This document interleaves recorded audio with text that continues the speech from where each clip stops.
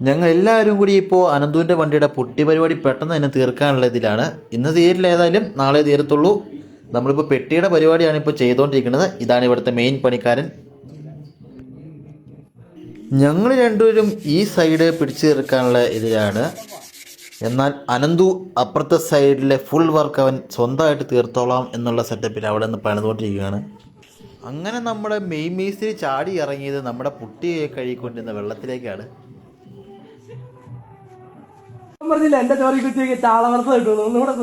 ഉച്ചയ്ക്ക് ചോറിൻ്റെ കൂടെ പൊരിച്ച മീനുണ്ടെന്ന് പറഞ്ഞപ്പോൾ ആ പൊരിച്ച മീനും തപ്പിപ്പോയ ഒരു കൂട്ടുകാരൻ എനിക്കുണ്ടായിരുന്നു.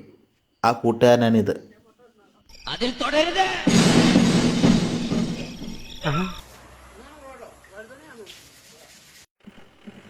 മഴ ചാറാൻ തുടങ്ങിയപ്പോഴേക്കും പുറത്ത് കിടന്ന് ജീപ്പെടുത്ത് അകത്തിടാൻ നോക്കിയപ്പോൾ ആൾക്കാരാരില്ല. ഇക്ക പുറത്ത് പോയി, സഞ്ജു ഇന്ന് ലീവ്. പിന്നെ ഒന്നും നോക്കിയില്ല, ഞാൻ തന്നെ ഡ്രൈവർ സ്ഥാനം ഏറ്റെടുത്തു. അനന്തുവിനെ പിടിച്ച് പുറകിലിരുത്തി ആക്സിലേറ്റർ വലിക്കാൻ ഏൽപ്പിച്ചു. അങ്ങനെ ഞങ്ങൾ വണ്ടി അടുപ്പിക്കാനുള്ള ഞങ്ങളുടെ പരാക്രമമാണ് നിങ്ങൾ ഈ കാണാൻ പോകുന്നത്.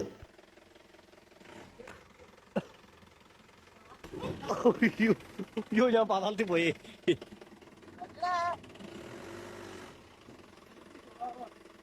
ഇതിന്റെ ഫോറിട്ട് വെച്ചിട്ട് തരുമായിരുന്നെങ്കിൽ.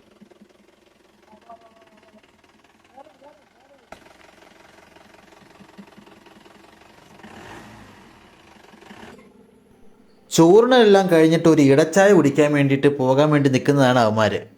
എന്നെ നോക്കി നിൽക്കുന്നതാണ് അവന്മാർ. കാരണം അതിൻ്റെ താക്കോൽ എൻ്റെ കയ്യിലാണ്. അതുകൊണ്ട് മാത്രമാണ് അവന്മാർ എന്നെ നോക്കി നിൽക്കുന്നത്. ചായ കുടിയെല്ലാം കഴിഞ്ഞ് വന്നതിന് ശേഷം അനന്തുവിൻ്റെ ക്യാബിൻ്റെ ഉള്ളിലെ വർക്കാണ് ഇപ്പോൾ നടന്നുകൊണ്ടിരിക്കുന്നത്. അവിടുത്തെ പുട്ടിയൊക്കെ ഉണ്ട്, അത്യാവശ്യം അതൊക്കെ ചെണ്ടിക്കളഞ്ഞ് കുറച്ച് തുരുമ്പ് കാര്യങ്ങളെല്ലാം കുത്തിക്കളഞ്ഞുകൊണ്ടിരിക്കുകയാണ് അവിടെ. വൈകുന്നേരം ആയപ്പോൾ അനന്തുവിൻ്റെ വണ്ടി എടുത്ത് അകത്തിടാൻ നോക്കിയപ്പോൾ അവൻ്റെ വണ്ടി സ്റ്റാർട്ടാകുന്നില്ല. ബാലറ്റ് ചാർജ് ഇറങ്ങിപ്പോയി. അപ്പോൾ അടുത്ത ബാലറ്റ് എടുത്തുകൊണ്ട് വന്ന് വണ്ടി സ്റ്റാർട്ടാക്കുന്ന ഭാഗമാണ് ഇപ്പോൾ നിങ്ങൾ കണ്ടുകൊണ്ടിരിക്കുന്നത്.